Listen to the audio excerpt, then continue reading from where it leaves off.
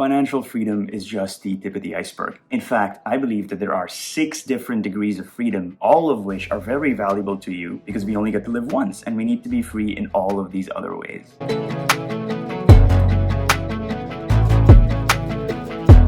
Number 1, let's talk about the most obvious and the most evident degree of freedom, freedom of space. I define freedom of space as the ability to move about and engage with your community in your general vicinity. That can be your neighborhood, that can be your city, essentially the locality in which you are situated. The mental image that you're painting when you think about restriction in this degree of freedom is probably you behind bars and when you're in prison, let's say, for having committed a crime.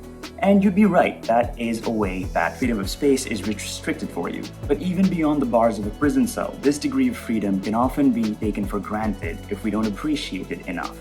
If you remember the year 2020 or 2021, everybody was essentially going through varying degrees of lockdown and social distancing, which really severely limited the way we were able to navigate our immediate neighborhoods, the cities we lived in, and we missed each other's company and the freedom of space very dearly in those times. Next, number 2, let's talk about the degree of freedom that is talked about the most. Financial freedom. Obviously, financial freedom is a very loaded term. It can mean different things to different people. But the way I like to define financial freedom is essentially freedom from financial obligations. These can mean rent payments, these can mean student loan repayments, these can mean the bills that you have to pay.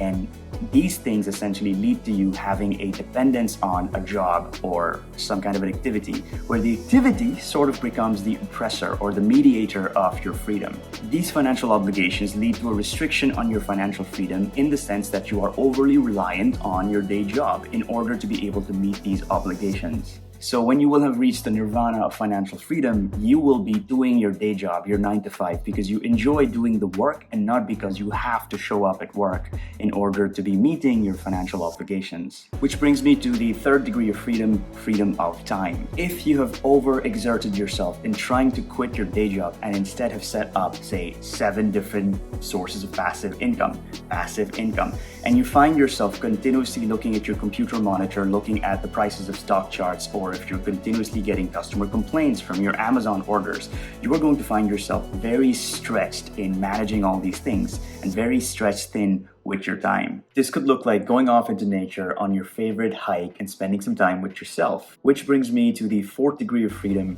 which I like to call freedom of activity. Now look, all the time and money in the world will not mean a lot if you aren't in good health. That is, if you don't have access to do different kinds of activity.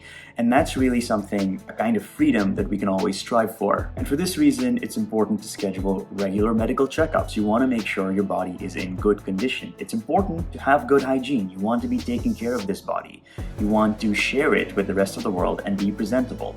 It's very important to work out, exercise regularly and consistently. Your body is not a rental. This body is for yours to keep for all of eternity, and you have to make sure that your body is in a good enough condition so that you can access the kinds of activities, however strenuous, that you enjoy doing. Degree of freedom number 5. Freedom of location. And this is very similar to freedom of space, but what I mean by freedom of location is the freedom to relocate to whatever place in the world that you'd like to move to. I'm originally from Bangladesh. Currently, I'm on an H-1B visa staying in the United States, so I know the hurdles and the kind of bureaucracy and red tape you have to go through if you want to move to another country and stay there for an extended period of time. And lastly, degree of freedom number 6, it's a little something I like to call freedom of social access. Just because you have the money or because you are in a particular location does not guarantee that you're going to have access to all the social circles of that particular location. You could be operating with the budget of a college student, but by having the right attitude, by being charming and agreeable, you could work your way into very elite social circles or very exclusive social circles. And I cannot be the first person to tell you this, it really does come down to who you know when it comes to availing new opportunities. In fact, you could argue that the most important value takeaway from attending college is the access to the social network of your college. Having access to certain social circles can mean that your dreams or goals of financial independence come to you sooner, or it may mean there's opportunities for you to relocate to a new country. So the growth vectors in these degrees of freedom does tend to cross-pollinate, and as you will see, growth in one of these areas or degrees of freedom will mean that your other degrees of freedom or growth in those areas are supported. So that's all, folks. Those are all the different kinds of freedoms that I want to think of when I'm thinking of freedom holistically and the kinds of freedom that I would like to enjoy. The reason I made this video is it's very easy to get pigeonholed and focus on one degree of freedom, say financial independence, and ignore development in all the other degrees of freedom